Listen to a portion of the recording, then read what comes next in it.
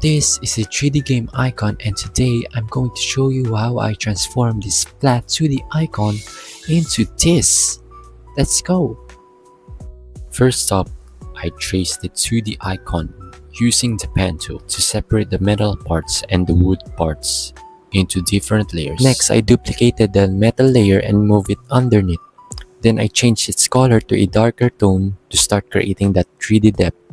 I did the same for the wood, duplicate it and darken it. Now for the fun part, I created clipping mask on all the base layers. This lets me control the shadows and highlights independently.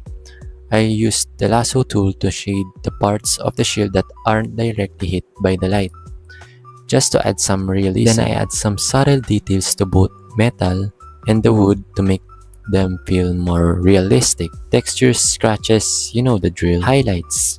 I added bright reflections to both materials where the light would naturally hit. This really makes the textures pop. For the final touch, I added a faint reflective light at the bottom of the shield, like it's catching the glow of the fire below. Haha, instant drama.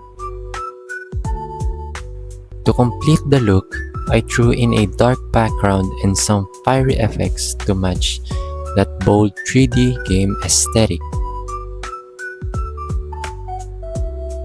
And that's how you turn your basic 2D icon into a bold 3D game ready icon.